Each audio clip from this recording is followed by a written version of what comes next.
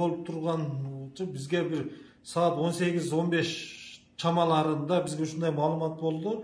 Тажик тарап макулдашуусуз же бизге билдирүүсүз Төркөчө жана биз айтып аткан Төркөчө участогунда Ош Баткен Исфана жолунун трассасыны белгисиз себептерден тосуп салды. Эл азыркы күндө топтолуп атат деген маалымат чыккан. Ошол эле кезде биз сураштырып маалымат алганда тажик тарап биз менен макулдашпай, бизге мындай билдирүүлөрдү жасабай туруп, ошол чек арага жакын жерде курулуш иштерини баштаган. Ошол күч түзүмдөрү барып эскертүү берип, келгиле элди мындай тынчтап жаткан элди дүрбөлөңгө салбай бир макулдашып, провокация барбай токтотуп тургула деген мындай эскертүүсүнө баш ийбей, кайра уланта баштаганда кандайдыр бир себептерден ошол жерде жашаган элдер ошо жолго чыгып, жолду тосуп алган.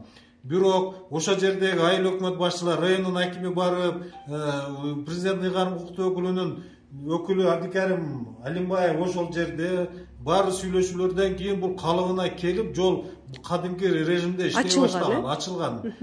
Кыймыл калыбына келген. Бирок ошого карабай 10 мүнөт, бир 7 мүнөттүн чамалап өткөн чамаларында кайра ушундай ок атышуулар башталып кеткен. Окту ким атты? Тажик тараптан? Тажик тараптан белгисиз бизге эскертүүсүз ушундай бир провокациялык иштерге барып, ушундай аракеттерди көрүшөт. Азыркы күндө бардыгы райондун акими, облустун жетекчиси, күч түзүмдөрү бардыгы өздөрүнүн тажик тараптагы кесиптештери менен сүйлөшүп атат. Баарына маалыматтарды бергенбиз, токтотууну, ушундай талаптарды коюп сүйлөшүүлөр жүрүп атат. Эми кээ бир чек арага жакын, чек ара тилкесине жакын аймактагы жашоочуларды биз мындай чыгарып кетүүгө мына аракеттерди жасадык. Бизге азыркы келген маалыматта мындай жаракат алган же бир кандайдыр бир нерселер болгон боюнча башка маалыматыбыз жок.